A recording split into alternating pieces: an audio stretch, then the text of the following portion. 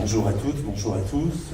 Écoutez, je vais commencer évidemment par présenter, si cela est encore nécessaire, Dominique Khalifa à tout le monde. Donc Dominique Khalifa, qui nous fait l'honneur d'être parmi nous aujourd'hui, est historien, professeur à la Sorbonne et il travaille principalement sur cette thématique. Enfin, vous me confirmerez ou vous infirmerez mon propos, sur cette thématique des bas-fonds, mais aussi sur d'autres thématiques comme celle de la culture de masse, me semble-t-il.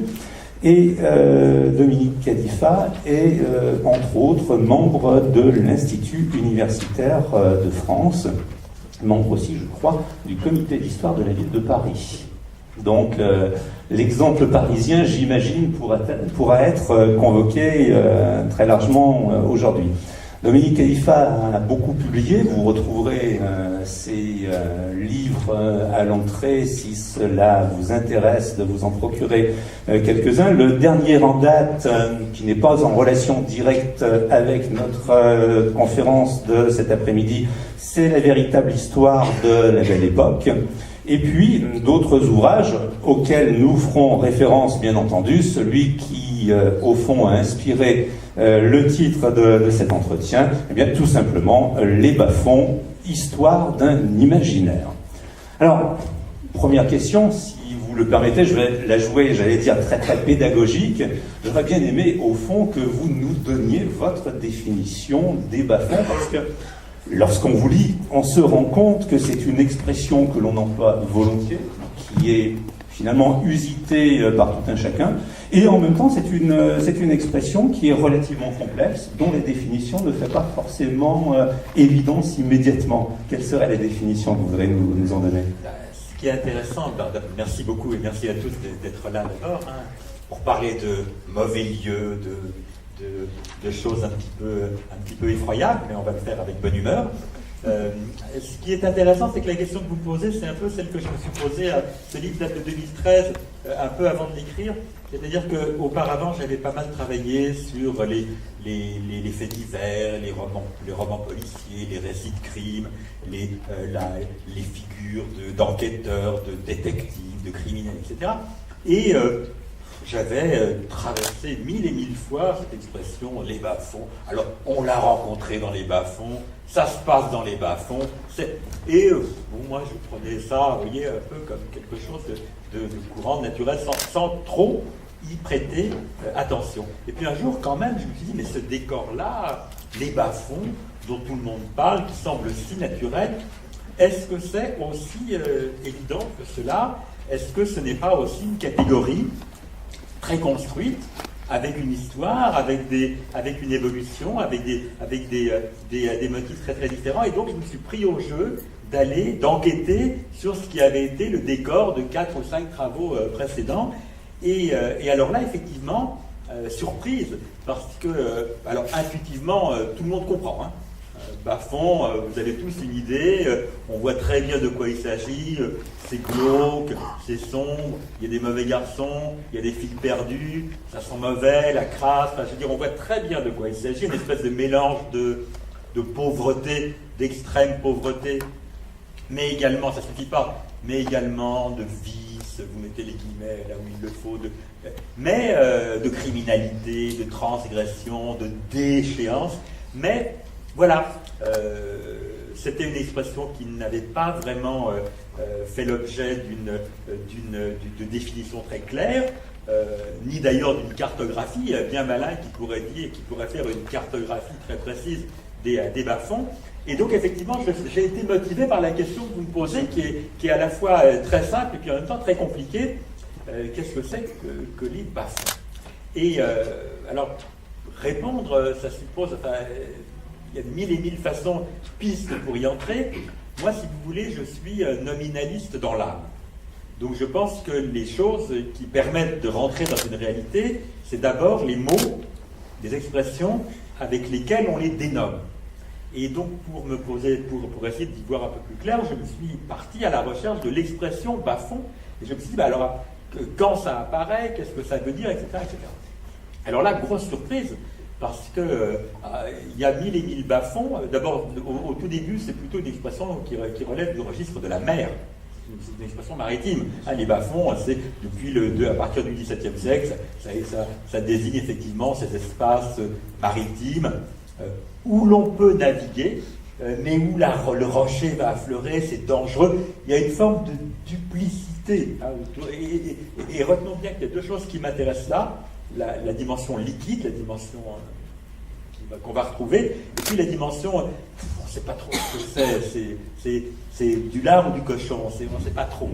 Et puis après, on va voir l'expression en français en tout cas va évoluer pour dire des choses qui ont plus rapport avec c'est toujours humide, c'est toujours déprimé, c'est marécageux, c'est des mauvais terrains, vous voyez, des zones souvent envahies par les eaux, malsaines, où il ne fait pas bon vivre, maladie, de la vermine, c'est pas terrible, et souvent très déprimé dans certaines zones.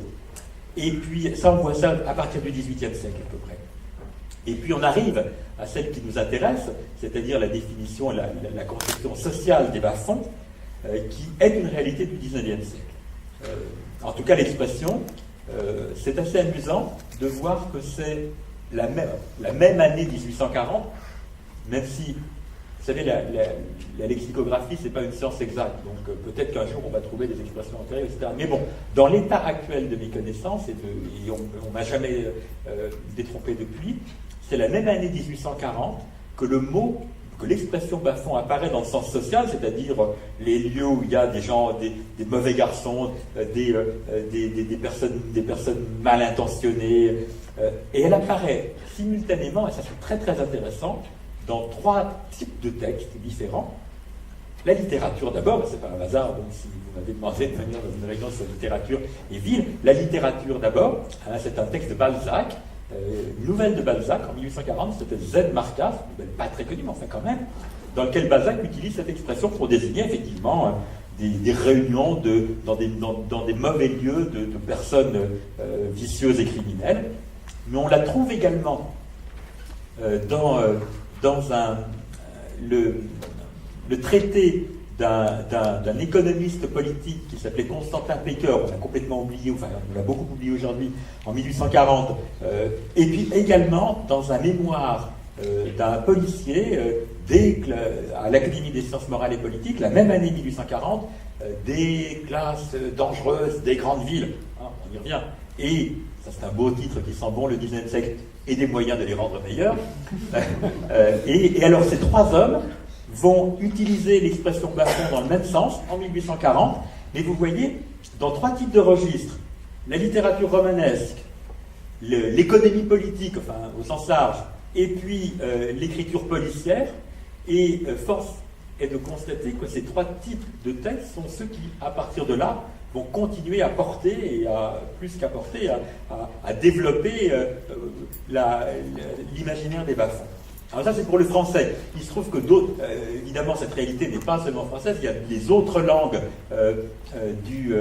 occidentales en tout cas vont avoir des termes similaires ou des termes comparables, mais quelque chose qui est particulièrement intéressant, c'est que c'est à peu près au même moment dans l'ensemble des langues du monde occidental, enfin en tout cas c'est ce que je peux lire, qu'on va forger des nouvelles expressions pour désigner exactement la même chose, les mauvais lieux des villes modernes. Merci. Vous parlez beaucoup des bas-fonds en termes de lieux. Dans votre ouvrage, il me semble que vous posez aussi la question de savoir s'il s'agit uniquement de lieux ou si le terme de bas-fond permet peut-être de définir, de distinguer, le mot serait mal choisi, des individus. Et il y a, semble-t-il, mais on le percevait dans ce que vous venez de dire, un lien très très étroit entre les lieux et les individus. Et si vous me permettez, deux questions en une. Est-ce que ce sont finalement les lieux qui font les individus ou l'inverse, les individus qui font ces lieux? Enfin, je crois qu'il y a quelque chose de très imbriqué là. Bien sûr. Alors, quand l'expression émerge, et dans ces années 1830, 1840, 1850, la mode et la culture médicale est à ce qu'on appelle le néo-hippocratisme, c'est-à-dire une théorie médicale qui entend que les lieux vont commander d'une certaine manière les comportements, les attitudes et les mentalités des individus. Donc, les topographies médicales sont très nombreuses à cette époque. Donc, si vous voulez, il y a cette idée que, bien sûr, les lieux, et y compris dans leur dimension géographique, climatique, etc., sont capables de modeler, de façonner les comportements, mais que, bien sûr, en contrepartie, les individus vont se regrouper dans les lieux qui leur ressemblent le plus. De fait, les bas-fonds, ce sont toujours quand même des lieux, on n'imaginerait pas, on ne parlerait pas de bas-fonds pour simplement caractériser une sociologie. C'est toujours une sociologie qui est liée à une topographie, et une topographie qui est très particulière, et que la première partie du mot exprime bien, c'est une topographie qui va vers le bas.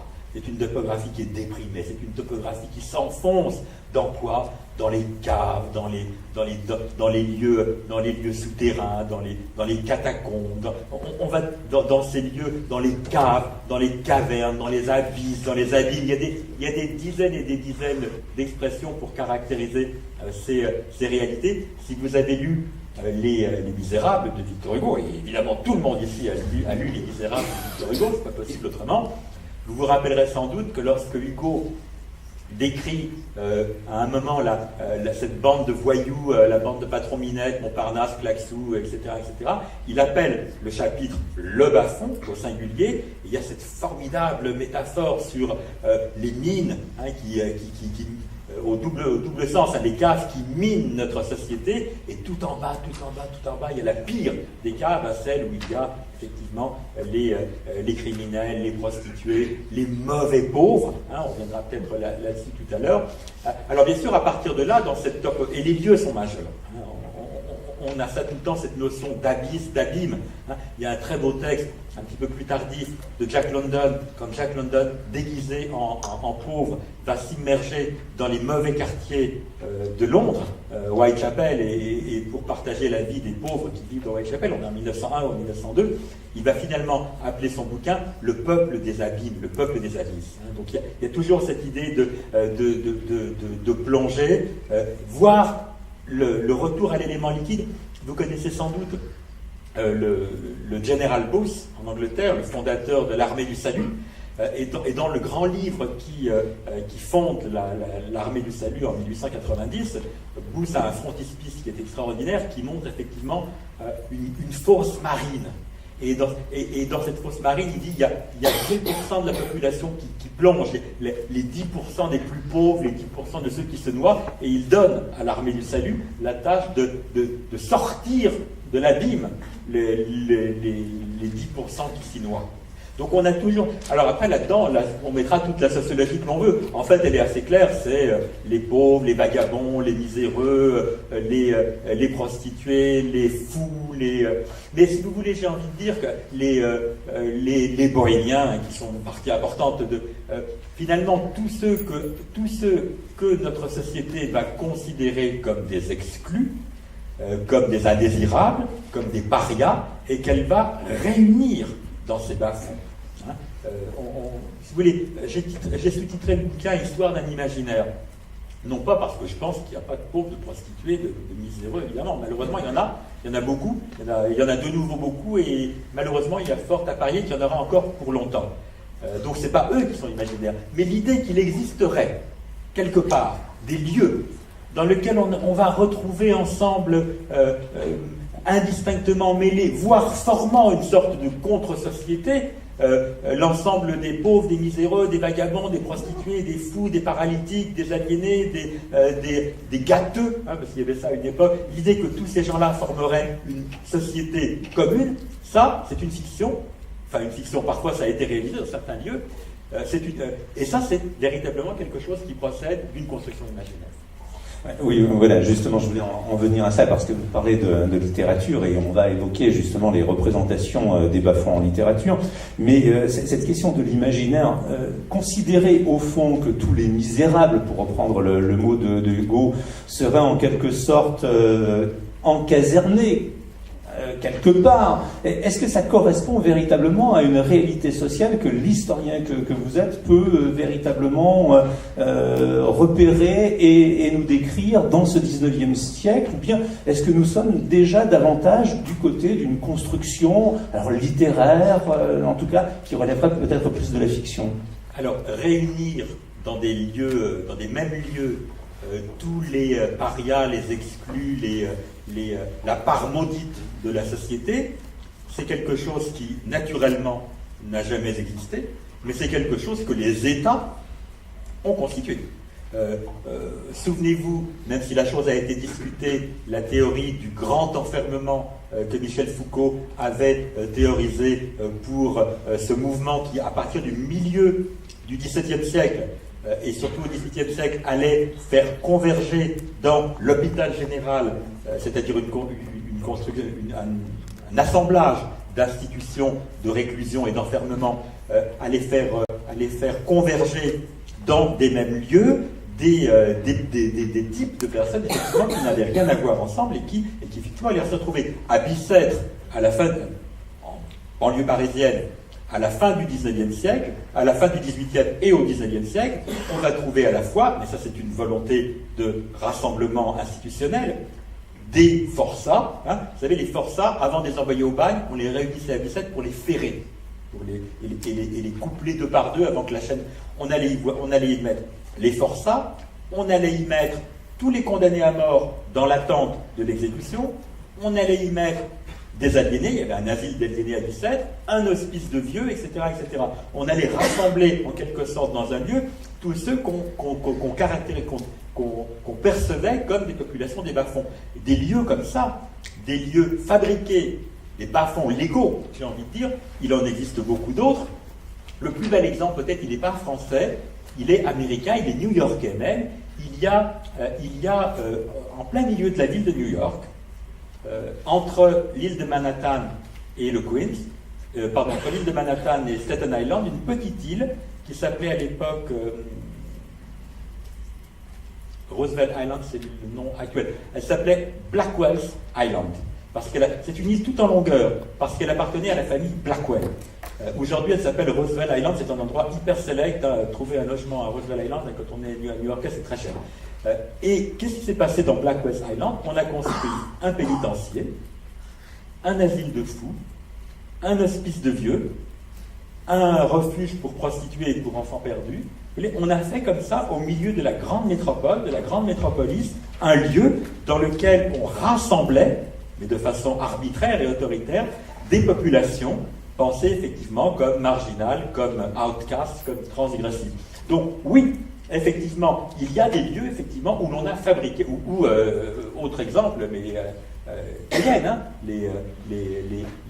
entre Saint-Laurent-du-Maroni, Cayenne et le Kourou, on a fait la République française, enfin le Second Empire d'abord, puis la République a fabriqué là aussi des bas-fonds. Donc ça, oui, effectivement, mais à l'état naturel, j'ai pas le sentiment. En revanche, ce que fabrique la littérature et ce que fabrique l'imaginaire, etc., c'est l'idée de se dire, et ça c'est pas nouveau, c'est quelque chose de très ancien, c'est l'idée de se dire que tous les marginaux du monde, que tous les marginaux partagent des caractères communs, et notamment partagent une sorte de haine qu'ils vouent à la société du dessus, mais qu'ils partagent aussi, on va dire, qu'ils ont une forme d'organisation, qu'ils forment une contre-société ou des contre-sociétés, et lesquelles contre-sociétés se caractérisent toujours d'abord par la première chose qui les réunit, à savoir une langue. Et donc, et ça on trouve ça dès la fin du Moyen-Âge, l'idée effectivement qu'il y aurait un monde sous le monde, une sorte de confédération fantasmatique de tous les marginaux qui obéirait peut-être à un chef redoutable et extrêmement... et surtout qui parlerait une langue à laquelle on va donner, à partir du XVIe siècle, un nom précis, l'argot. Donc la monarchie d'Argot, le royaume d'Argot. Ça c'est une réalité aussi, et qui cette fois-ci, elle est fantasmatique. Est-ce que, puisque vous parlez de l'argot, est-ce que cette langue argotique explique au fond l'intérêt des écrivains pour ces bas-fonds. Est-ce qu'il y a une sorte d'exotisme, en quelque sorte, des bas-fonds, des individus qu'on retrouve dans ces bas-fonds, de cette langue des bas-fonds, qui justifierait que la littérature, au milieu du XIXe siècle, se soit emparée, comme elle l'a fait, de ce monde-là? Oui, la langue, bien sûr, les dictionnaires on va en parler d'eux, mais Hugo ou Vidocq avant lui ou Eugène Sue vont effectivement être des auteurs qui sont extrêmement sensibles à la langue, qui vont écrire des dictionnaires de français argot.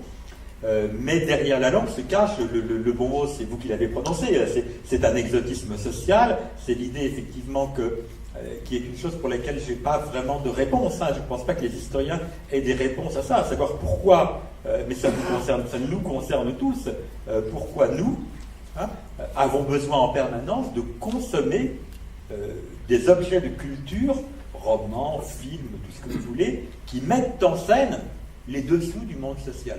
Qu'est-ce qu'on va chercher là-dedans? Pourquoi est-ce qu'on regarde ça? Pourquoi est-ce qu'on lit ça? Pourquoi est-ce qu'on voit ça? Ça, c'est plus à des psychanalystes, en fait, qu'il faudrait poser la question. Qu'est-ce qui nous pousse à vouloir consommer l'abjection? Question redoutable à laquelle je n'ai pas de réponse particulière. Excusez-moi, je modifie. Alors, je transforme un tout petit peu ma question, si vous permettez. Est-ce que le travail de la littérature est une aide ou un handicap pour le travail de l'historien? Parce que, en quelque sorte, la littérature crée un autre bas-fond que le bas-fond réel. Est-ce qu'il y a une superposition qui fonctionne bien, une adéquation, ou au contraire, en tant qu'historien, avez-vous le sentiment que ces deux mondes-là, le monde littéraire et le monde réel, sont très différents? Non, ils ne sont pas différents du tout, ils s'articulent de façon extrêmement présente. Parce que, d'abord, je pense que les romanciers, à chaque fois, on va peut-être prendre l'exemple de Eugène Sue ou du Hugo, répondent effectivement en tout cas, interagissent avec le contexte et le leur, les contextes sociaux qui sont ceux dans lesquels ils vivent. Une des questions qu'on peut se poser, on va essayer d'y répondre tout à l'heure, c'est pourquoi ça émerge en 1840 et en 1850. Et puis, la deuxième raison, c'est que nous sommes des lecteurs, et que les lecteurs, effectivement, les lecteurs ne sont évidemment pas des éponges qui absorbent et qui croient dur comme fer ce qu'ils lisent dans la littérature, évidemment pas, mais les textes que nous lisons dessinent des horizons qui ne peuvent pas ne pas informer les sentiments, les sensibilités, les représentations des gens, et que certains textes offrent en quelque sorte, en positif ou en négatif, des modèles ou des contre-modèles à nos comportements. Alors, je pense que là, le cas d'Eugène Sue, c'est magnifique. Eugène Sue, vous le savez tous évidemment, est l'auteur en 1842-43 d'un feuilleton extraordinaire, sans doute le feuilleton Princeps, celui qui a été publié dans le pourtant très sérieux et très honorable Journal des débats, un journal conservateur, centre-droit et très, très sérieux. Et le ministère de Paris, c'est un feuilleton qui va nous plonger dans le vieux Paris post-haussmannien, dans les mauvais quartiers au cœur des bas-fonds du Paris pré-haussmannien, dans lequel vous allez trouver d'abominables assassins, le chourineur, des filles perdues, Fleur de Marie, la goualeuse, une prostituée donc, des ogresses, l'abominable ogresse, c'est-à-dire ces mères maquerelles qui vendent des jeunes filles qui pour les transformer en prostituées, et une scénographie extraordinaire de tout ce qu'on peut imaginer de pire dans les bas-fonds.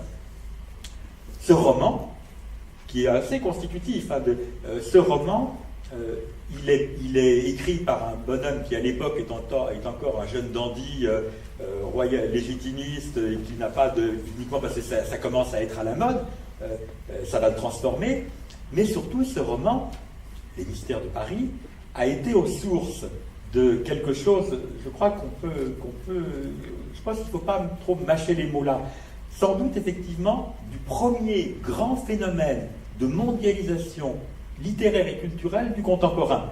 Ce que je veux dire par là, c'est que derrière les mystères de Paris d'Eugène Sue, il y a eu des dizaines et des centaines de textes, un phénomène qu'on a appelé avec Marie-Ève Ferranti le phénomène des mystères urbains, qui fait que toutes les villes de France, d'abord, ont fait qu'il y ait des mystères de Clermont-Ferrand, cherchons bien, il y en a sans doute.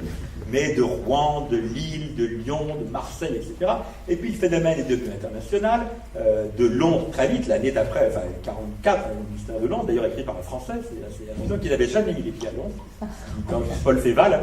Les Anglais ont fait ensuite des mystères de Londres, mais le premier mystère de Londres, c'est Paul Féval, l'auteur du Bossu, qu'il écrit alors qu'il n'avait jamais mis les pieds dans la capitale britannique.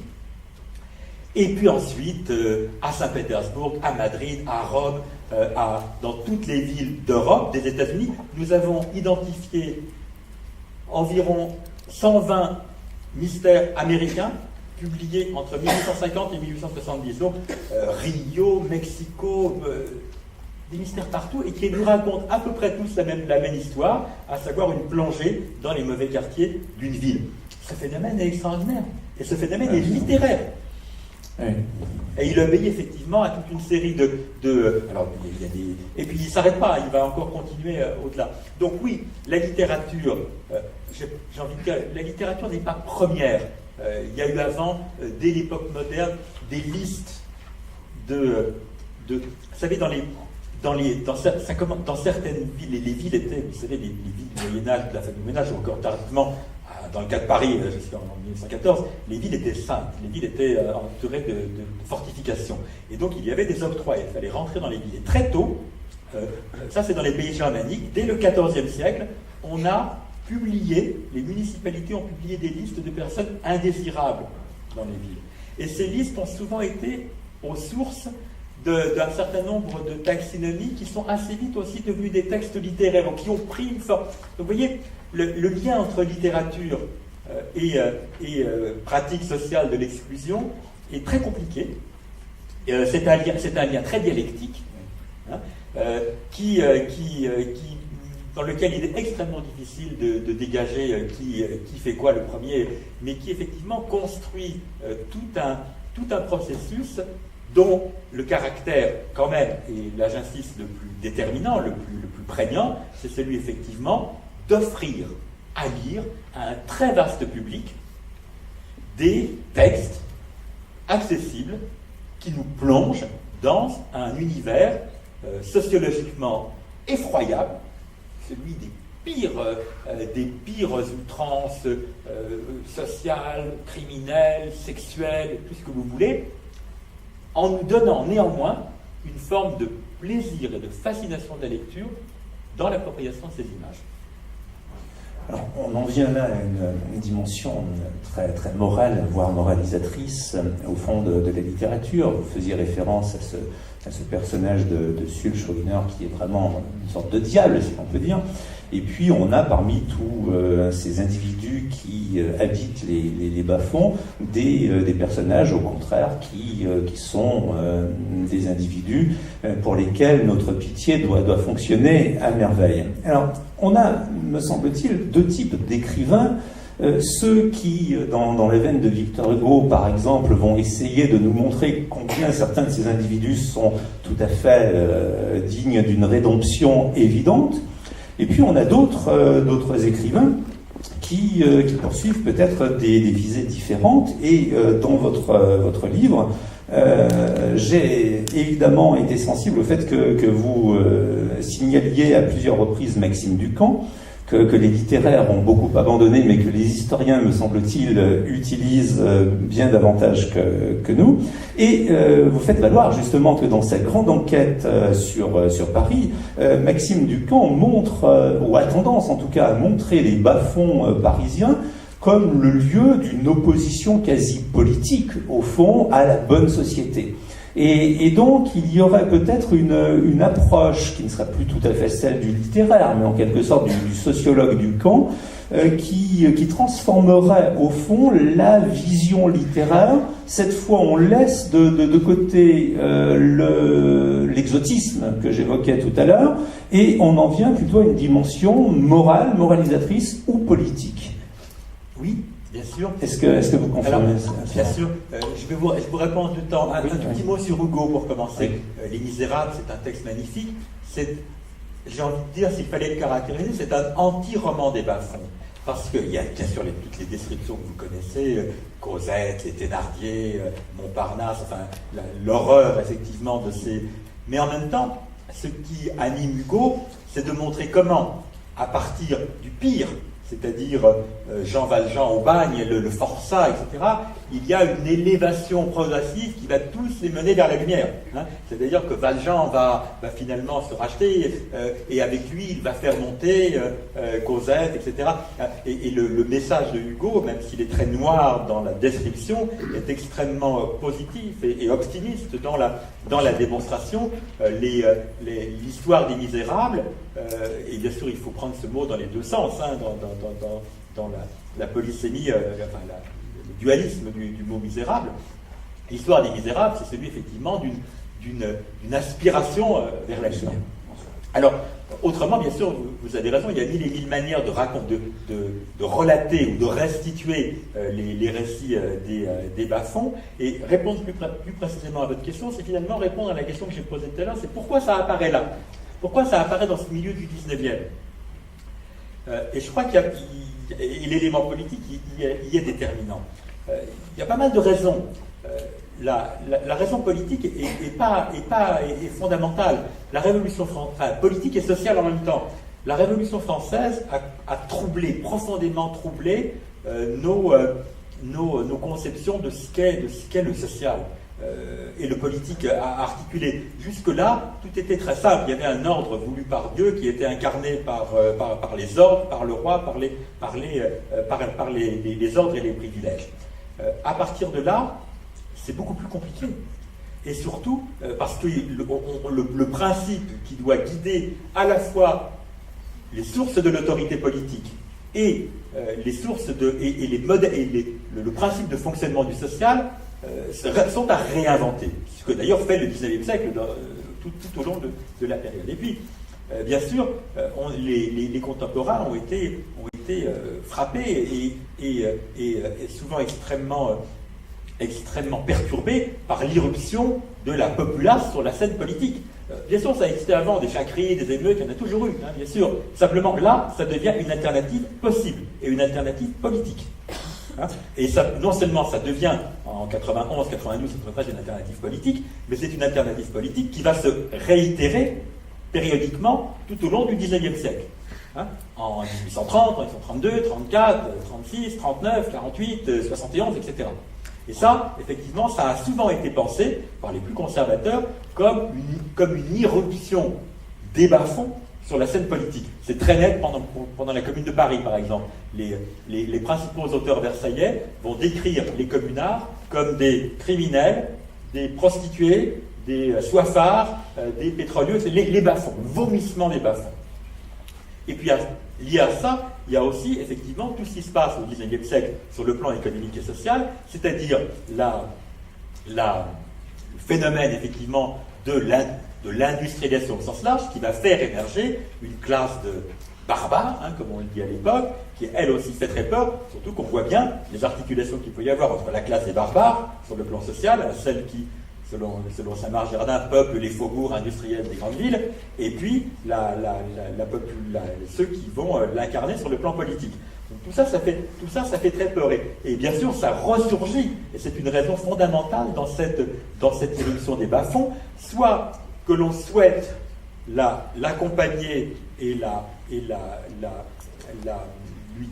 penser, PAN, hein, lui donner guérir, c'est toute l'intention louable de tous les philanthropes, hein, qui, dans la première moitié du XIXe siècle et au-delà, vont tenter d'apporter, même si on a pu la critiquer ensuite pour d'autres raisons, mais qui ont légitimement au début tenté effectivement de panser les plaies de cette...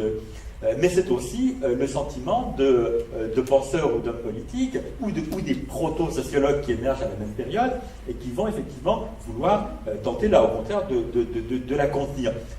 Il y a deux autres raisons contextuelles, conjoncturelles assez intéressantes au XIXe siècle et qu'on voit moins que celles-là. Celles-là sont assez évidentes. Il y a une chose qu'on dit moins souvent, c'est que l'émergence des bas-fonds, en France comme en Angleterre, comme aux États-Unis, est liée à la reprise de l'expansion coloniale. C'est très net en France. Hein. Reprise de l'expansion coloniale, conquête de l'Algérie à partir de 1830, puis d'Afrique, etc. En Angleterre, c'est pareil, il y a le monde indien. Voilà. Et puis, il y a un parallèle extrêmement saisissant quand on regarde bien les textes entre les explorateurs anglais, allemands, français qui vont et qui découvrent des peuples sauvages dans les nouveaux espaces colonisés et les explorateurs des bas-fonds ou enquêteurs qui font le même travail dans les dessous des villes. Et souvent, ce sont les mêmes mots, ce sont les mêmes expressions. Les Anglais, par exemple, vous savez, appellent souvent, à partir du milieu du XIXe siècle, leurs mauvais garçons des thugs. Hein, parce que, vous savez, la secte des adorateurs de Kali, comme dans Indiana Jones, hein, a été extrêmement importante dans les révoltes du milieu du XIXe siècle. Et nous, je vous rappelle que nos mauvais garçons, on les appelle des Apaches. Hein, là aussi Et puis, on trouve ça aux États-Unis, un petit les enfants misérables, vous savez, tout barbouillés de noir, qui sont dans la rue en haillons, on appelle ça des street Arabs, des Arabes de la rue. Hein. Donc il y a des corrélations assez fortes avec ces réalités de redécouverte des mondes. Alors, à l'exotisme géographique, on articule l'exotisme social. Et puis il y a une autre réalité, je reviens tout de suite à vous. Je vous en prie. Elle est très étonnante, on n'y pense pas, c'est une réalité religieuse. Ce milieu du XIXe siècle, dans nos sociétés occidentales, correspond à un moment où la foi chrétienne a tendance à connaître des inflexions assez fortes, et notamment c'est le moment où on va de moins en moins croire à la littéralité de l'enfer, et où on va de plus en plus... C'est le grand siècle du purgatoire, par exemple. Hein. On va aider à sauver les gens. Jusque-là, quand on commettait une mauvaise action, c'était l'enfer, on va brûler. Et là, on commence à avoir des fois plus chaudes, plus conciliantes, plus bienveillantes. C'est aussi l'invention du bon Dieu, de l'expression le bon Dieu. Hein. C'est-à-dire d'une forme de religiosité plus bienveillante. Le purgatoire en est le signe. Et donc ça veut dire qu'on est aussi à un moment où on va assister à des formes de sécularisation de l'enfer. Or là, ces bas-fonds-là, c'en est une magnifique, hein, une forme de sécularisation de l'enfer. Paris, qui était par ailleurs spécialiste d'histoire un peu exotique,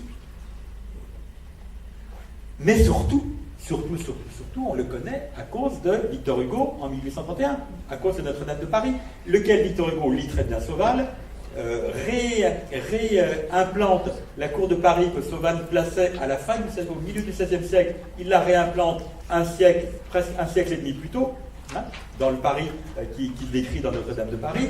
Et Notre-Dame de Paris, c'est 1831, c'est-à-dire exactement dans ce moment que j'essayais d'évoquer tout à l'heure autour dessus, etc. Donc, si vous voulez, bien sûr, vous avez complètement raison. Et la définition de la cour des bas-fonds va correspondre étroitement à celle de la cour des miracles. Sauf que la quasi-totalité des textes que nous possédons sur la cour des miracles sont des textes qui datent, pensez aux textes de Hugo ou aux magnifiques illustrations de Gustave Doré, etc., sont des textes qui datent de l'époque des bas-fonds, c'est-à-dire du milieu du XIXe siècle. Comme si finalement comme si les bas-fonds réinventaient ou inventaient ou se donnaient une légitimité, une généalogie en réinventant la cour des miracles. Mais évidemment, vous avez tout à fait raison.